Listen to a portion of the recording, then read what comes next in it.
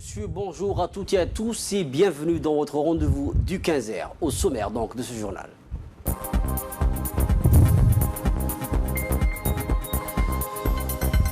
À l'instar du monde entier, la République de Djibouti célèbre la journée mondiale des réfugiés.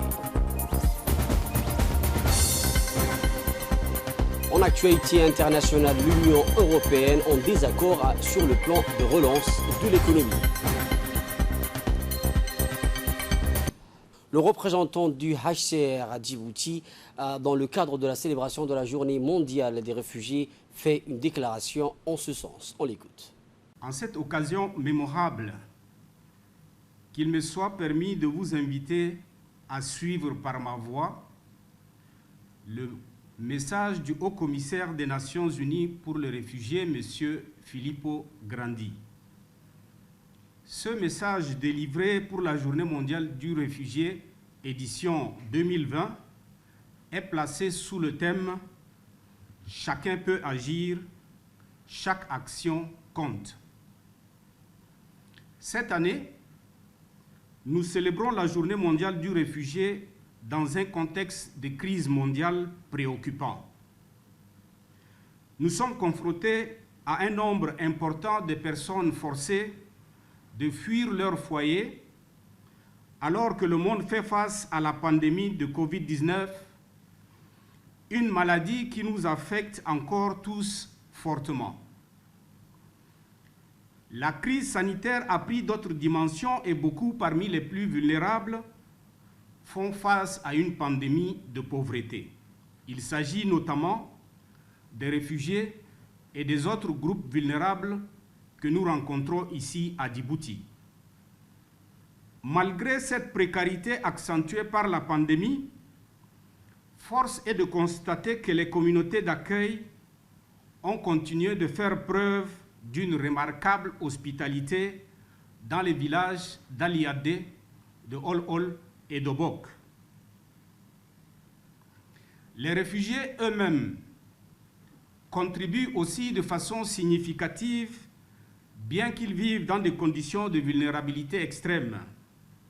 Par exemple, dans les sites, ils sont engagés volontairement en première ligne dans les services de santé et participent activement dans divers travaux de production d'eau, de promotion d'hygiène et de sensibilisation. Ici à Djibouti comme ailleurs dans le monde, ils donnent de leur temps pour venir en aide aux personnes démunies au sein de leur communauté.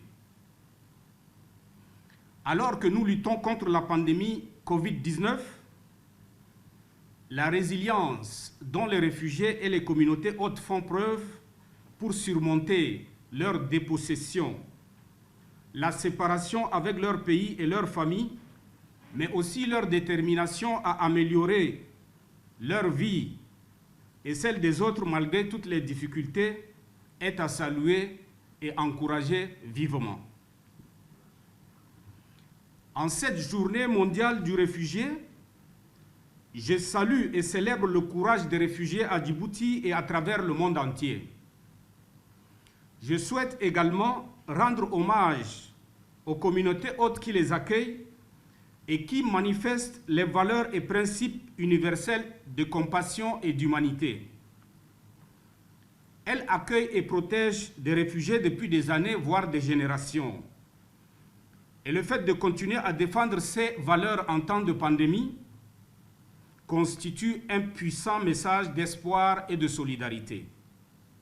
Toujours dans le cadre de la célébration de la journée mondiale du réfugié, le ministre de l'Intérieur, M. Moumouni Ahmed Cheikh, a lui aussi fait une déclaration en ce sens. Dans sa déclaration, le ministre a indiqué que cette année, la journée mondiale des réfugiés a eu lieu dans des circonstances particulières. On l'écoute. À l'instar du monde entier, nous célébrons aujourd'hui la journée mondiale des réfugiés. Cette année, la célébration de la journée mondiale des réfugiés a lieu dans des circonstances particulière.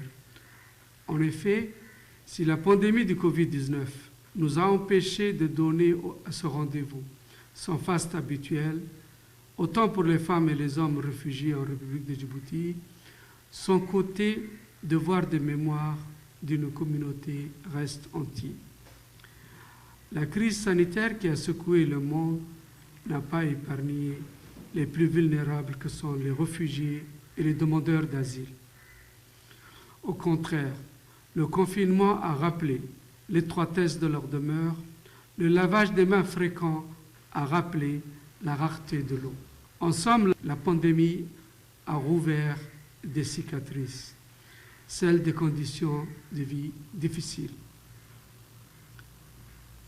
Le gouvernement et les institutions partenaires ont assuré le gîte et le couvert, mais aussi une sécurité sanitaire à nos hôtes. Ainsi, à titre exceptionnel, nous avons, avec le HCR et le PAM, anticipé sur la période de confinement en octroyant les vivres pour 2 mois, en distribuant des kits de protection et d'hygiène. De même, nous avons, avec l'IGAD, fourni des équipements de protection et d'hygiène individuelle. Sur le plan sanitaire, le ministère de la Santé a renforcé ses équipes de santé communautaire. Par ailleurs, cette année, le thème retenu à l'occasion de la Journée mondiale des réfugiés est « Chaque geste compte ». Et en conformité avec le thème, nous listerons en annexe les gestes et les actions, qu'elles soient communautaires ou individuelles. Mesdames et messieurs, en cette journée mondiale dédiée aux réfugiés, j'aimerais dire aux réfugiés, ensemble, nous avons discuté des voies et moyens d'améliorer les conditions de vie. Ensemble, nous avons élaboré des programmes sur des solutions pérennes allant des activités génératrices de revenus ici en République de Djibouti ou dans vos villages respectifs avec un programme de retour volontaire. Un virus dénommé Covid-19 a tout bouleversé et assombri l'horizon. Mais comme le dit le proverbe, à malheur à quelque chose, malheur est bon, la crise sanitaire que nous traversons a montré vos capacités d'entraide en faveur des plus vulnérables d'entre vous. Par vos actions, vous avez évité la propagation du Covid-19 dans vos villages. Ce sont des actions louables. Aux partenaires du système des Nations Unies, HCR, PAM, UNICEF, OIM et PNUD, aux représentants des pays amis, notamment les États-Unis d'Amérique, l'Union européenne, à l'IGAD, aux ONG caritatives, je tiens à les remercier pour leurs efforts et leurs contributions, surtout en cette période de crise sanitaire mondiale. Toutefois, permettez-moi de citer pour mémoire le secrétaire général des Nations Unies, Antonio Guterres, qui dit « Il ne s'agit pas vraiment de partager un fardeau, il s'agit de partager une responsabilité mondiale fondée non seulement sur le principe général de l'humanité commune, mais aussi sur les obligations particulières qui nous incombent en vertu du droit international.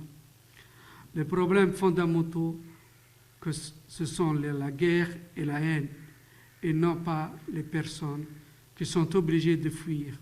Les réfugiés font partie des premières victimes du terrorisme.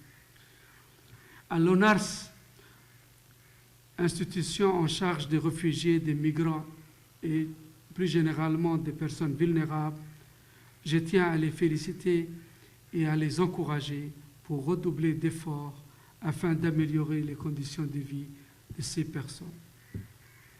Pour conclure sur une note positive, la fin du Covid est proche et nous reprendrons nos programmes pour les réfugiés et pour une meilleure intégration du réfugié dans le tissu économique du pays d'origine ou du pays d'accueil. Nous tablerons sur les compétences et les talents de chaque réfugié. Vive la Journée mondiale des réfugiés, vive la République de Djibouti. Toujours en nouvelles du pays, le ministère de la Femme et de la Famille a organisé à l'Institut d'études diplomatiques la première réunion du comité de pilotage du projet d'appui à l'autonomisation de la femme et à la protection des droits des femmes et des filles financé par l'Union européenne qui s'inscrit dans le cadre de sa politique en matière de genre à travers le programme indicatif national. Cette réunion présidée par le secrétaire général Mme Anissa Hassan avait pour objectif de présenter les grands axes et actions prioritaires de ce projet qui tient compte des initiatives du gouvernement visant à garantir l'autonomisation des femmes et des filles vulnérables, la protection des droits des jeunes filles, la prise de décision des femmes et l'amélioration de l'accès des services sociaux de base tels que la planification familiale. Les travaux du premier comité national de pilotage ont connu la participation de tous les parties prenantes, à savoir le ministère de l'économie, le ministère des Affaires sociales, la justice, la décentralisation, l'agriculture, l'UNFD, le PNUD, l'UNICEF et l'Union européenne. Les membres du comité national de pilotage ont pu suivre avec satisfaction la présentation du projet et ont formulé plusieurs recommandations dans l'élargissement du membre du comité national de pilotage, le revue du rôle du comité national de pilotage et l'augmentation de la fréquence de réunions du comité national de pilotage. Toujours en nouvelles du pays, mesdames et messieurs, le Conseil national de la jeunesse djiboutienne, en collaboration avec les associations du jeunes du quartier 7 et d'Al-Hiba, ont organisé une journée de sensibilisation et de nettoyage à l'arrivée du 27 juin, ainsi que de distribution des masques au pied du drapeau national place de l'indépendance nationale, à côté de l'Union nationale des femmes djiboutiennes, située en face du marché Riyad. Ce geste significatif et patriotique témoigne l'intérêt que porte la jeunesse du pays pour l'amour de la patrie, leur attachement à l'unité nationale. C'est cette jeunesse du quartier 7 et d'Al-Hiba qui contredisent aujourd'hui tout ce qui se passe dans les réseaux sociaux et qui aiment leur pays et la paix. Cet événement s'est déroulé en présence du président de l'association Guédi Ahmed Jama et de Mohamed Ali Mohamed de la CNJD, également des représentants des associations de la jeunesse du quartier Sed, Abdillahi Omar Bourri, et représentants des sages du quartier d'Al-Hiba, Omar Hamad, ainsi que l'ensemble des membres du quartier, ainsi que l'ensemble des membres du conseil national de la jeunesse djiboutienne et de l'association des jeunes du quartier 7 d'Al-Hiba et un grand nombre de la population. Dans son intervention, M. Mohamed Ali Mohamed a souligné l'importance que revêt cet événement et le rôle de l'association dans l'éducation et la sensibilisation des citoyens. On l'écoute. Nous sommes là entre quartier 7 et Al-Hiba, devant le marché Riyad, au pied du drapeau national. À l'approche du 27 juin, comme on l'a fait la semaine dernière, samedi dernier à Hayablé, nous avons engagé une opération de nettoyage et de coups de peinture sur le trottoir au pied du drapeau national à l'approche du 27 juin. Et c'est les associations de tous les quartiers de 4-7, de toutes les zones, des 8 zones de 4-7, avec la jeunesse d'Al-Hiba et la jeunesse de 4-7, main dans la main, qui ont procédé à cette opération de nettoyage. Mais c'est derrière aussi un message qu'on veut transmettre à toute la jeunesse djiboutienne, un message d'unité, et de citoyenneté, de patriotisme envers la jeunesse, comme je le disais. Et c'est un message fort et ces genres d'opérations vont continuer tout au long de la semaine jusqu'au 27 juin, samedi prochain. Et c'est une grande chose, c'est pour ça que nous soutenons, comme on a commencé la semaine dernière à Hayablé, je le disais. Aujourd'hui nous sommes à Al-Hiba, demain nous serons dans les autres quartiers et ainsi de suite. C'est un grand message, je pense, et qu'il ne faut pas négliger. Et je dis félicitations à la jeunesse d'Al-Hiba, de quartier 7, et nous remercions également l'OVD ainsi que toutes les autres institutions qui nous ont aidés dans la réussite de cet événement. À présent, nous passons à l'actualité internationale. Comme je l'ai précisé dans les titres, l'Union européenne en désaccord sur le plan de relance de l'économie. Peu d'avancées et beaucoup de questions encore sans réponse à l'issue du sommet européen. Réunis en visioconférence, les chefs d'État du gouvernement de l'Union européenne ont convenu qu'il fallait une réponse rapide à la crise économique. Les responsables européens savent désormais le chemin qu'il reste à parcourir pour parvenir à un compromis. Les pays les plus réservés, surnommés les quatre frugaux, campent sur leur position. Les chanceliers autrichiens estiment sur Twitter qu'il est nécessaire de discuter l'usage de l'argent européen, de la façon dont il sera reparti et quelles seront les conditions pour obtenir ces fonds. A contrario, d'autres regrettent le peu de progrès après la rencontre. Pour le Premier ministre italien, l'Union doit faire un pas de plus. La lueur d'optimisme est venue de la chancelière allemande Angela Merkel, qui souligne que personne n'a remis en cause le principe d'un endettement commun. La structure globale du projet de relance propose la Commission européenne est donc maintenue. Les 27 doivent maintenant s'accorder sur la façon d'articuler ce plan de relance. Un nouveau sommet en face-à-face est prévu le mois prochain. Mesdames et messieurs, c'est la fin de ce journal. Merci à vous de l'avoir suivi et excellente suite de programme sur Télé Djibouti.